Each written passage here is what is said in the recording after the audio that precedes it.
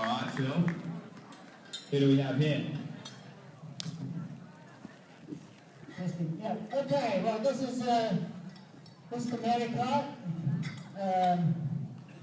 He's a lot quieter. I thought he was going to be like Santos, but he's a lot quieter. He's getting old and wise, maybe. But he's a very famous event horse around the world, and I'm very fortunate to have him. You know, for riders like myself and Boyd, like owning a four-star horse never gets old, and it's you know, like you guys that love cars or whatever, and you got a very smart car, you don't use it that much, but it's fun to have and take for a spin around. Well, this guy's pretty cool to ride. He's been to 2 Olympic Games, one for with Germany, and then Karen O'Connor had him for the US, and he was the highest placed US horse in London. And I've had him now a couple of years. He's an Irish bred horse by cruising, and he's just a great athlete. Strong in all 3 phases, I talked about Ichabod being a really good guy to be around. Well, this guy, he'd be a bit cocky. This would be like a Michael Jordan or a Tom Brady or something like that. He'd have a real hot wife, and he'd be like, but he knows he's good, you know. And what I'm trying to do is just to get along with him. I'm not trying to change him too much. He's already really good. But he is my ride now, so he's got to understand what I'm looking for. And what I'm going to work on tonight, and what I've been working on mostly when I've had him is he actually gets quite strong, and I don't have any desire to go down the cross country just skiing off his mouth. So I want him to learn to back off and to hold on the jumps. And to do that, he has to make a little error and make a mistake, and he's got to understand that I'm not going to help him, and that his self-preservation's got to kick in. And at the beginning of the cross-country, it's sometimes a bit wild where he runs past his distance and hits the jump pretty good. But I mean, I pick and choose a little bit where I do it, but he's got to understand that I don't want to be holding him. And for us to go fast around the cross-country for 4 miles, you know, I can't be holding him all the time.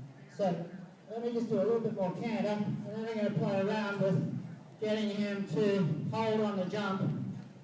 And the other thing that I sort of touched on a little bit with Ichabod was that we need to be able to develop the right canter stride for the exercise coming up. And remember, the cross-country designer, basically all he's trying to do is to find out who's on the best educated horse and who knows the most as a rider. So, you know, the horse has to be able to jump, turn, be able to come down, be nice and bold, but then also he needs to be able to come to some jumps and be catty. And so what I'm trying to do with this horse is just keep reminding him, of all the basics which have already been put into it very well, but also not to get too strong with me because he's going to hit the jump if I... So, right from the beginning, it's very important for him to understand that he's going to get close to the jump every single time. So I just wait it out until I'm at the bottom, and then let him jump. He can go up 4 holes. And funny enough, he's actually he's a lot different in competition. I thought he'd be a bit hotter tonight, but so far he's been pretty easy for me to get to go, so I might end up revving up a little bit to see if he... he's coming that ox here, goes. So just wait for him nice and close and then let him in. Good boy. And you'll notice with Phil's contact on his mate, on the rein, guys, is if Mr. Medicott decides to run at the jump, Philip's not going to hold him back. He's not going to try and slow him down, and you'll see if Mr. Medicott decides to get too keen, he'll get a bit close to the fence and sometimes even rub the fence. But we'll look at Phil's reins here, and they're almost light. So, Boyd, you're telling me that if we're riding a horse and it's on a rush, staying on the reins is actually not the ideal thing to do? Well, two things, I think. Training, what we've got to do is let the horse understand that if he runs at the fence, you're not going to bail him out. And then when you're at the competition, you ride him whatever gets the job done, in my opinion. So we're trying to train him here so he backs off a bit himself. But when it comes to the show, if Phil's galloping down to a big upright table and Medicott's steaming at it, I'm sure you'll see Big Phil leaning back and yanking him off the floor.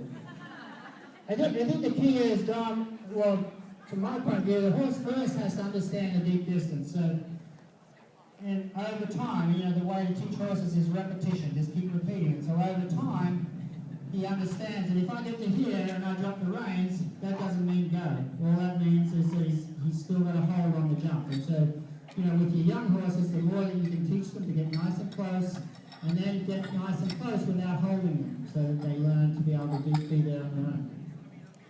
How are we looking here? Let me see.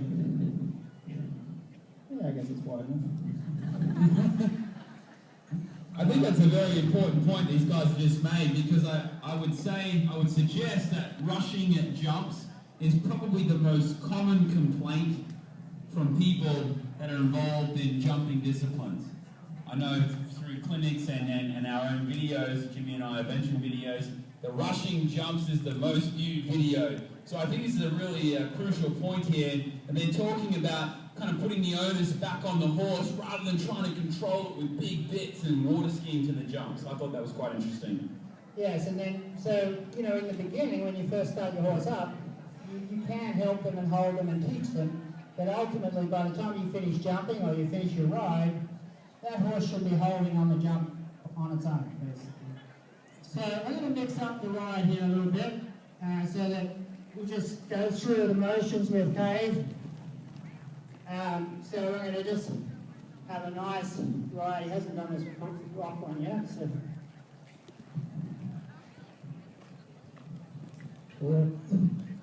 I'm going to gallop this vertical.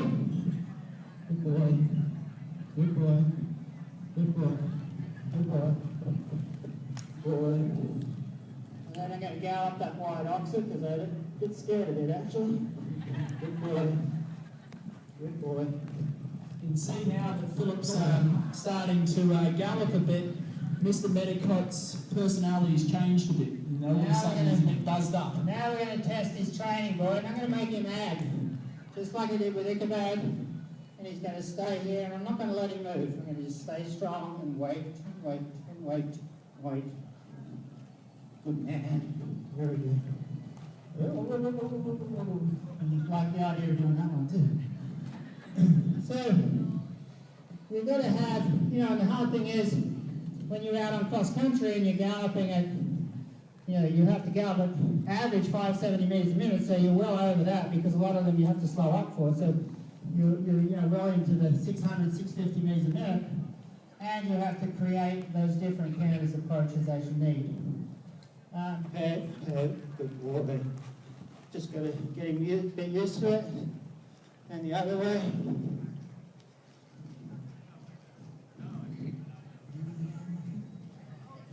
Boy. Good boy. Good boy. And so, you know, in training, I do a lot of try to make it easy enough for the horse. I wouldn't normally just go to that corner cold. I'd be getting it done first, a bit like this, giving him time to see it. Boy. And now I'll come around and do the vertical to that. Boy. Boy.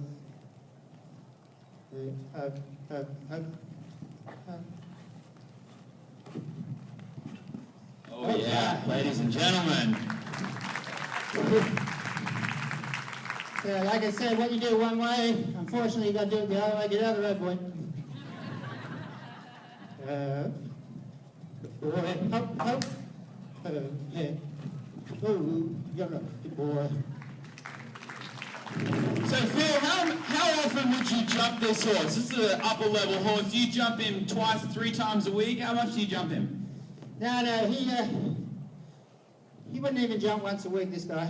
The biggest thing I do, we spend most, a horse like this, you spend most of the time fitness and on the flat, just getting their muscles good. Not necessarily going through dressage movements, but getting them, getting the training, getting the understanding. Unfortunately, the dressage getting better and better every year, so you've got to keep at it. And I think he doesn't need to jump that much. He does his first event for the season in 2 weeks at Southern Pines. So I'll jump in, once before that or whatever. And I cross-country schooled him at George Gibbs on Tuesday. So, he's starting to build up to it, and then he'll probably have his school 2 or 3 times more before Kentucky than tonight. So, but it is fun. It's really unbelievable to have a horse like this, and I think that the owners that got together and bought him for me, he is, as you see, I mean, he never thinks about running out, stopping. The jump is like a magnet for him. He just sees the jump and draws into it. And, when you have, what I'm sitting on here is literally years and years and years of education. And he's jumped thousands of jumps all throughout the world. The biggest thing is he's got to be my ride. He's got to understand what I'm thinking when we come to a jump flat out. And we're starting to click really good. But, let's hope that his legs stay together.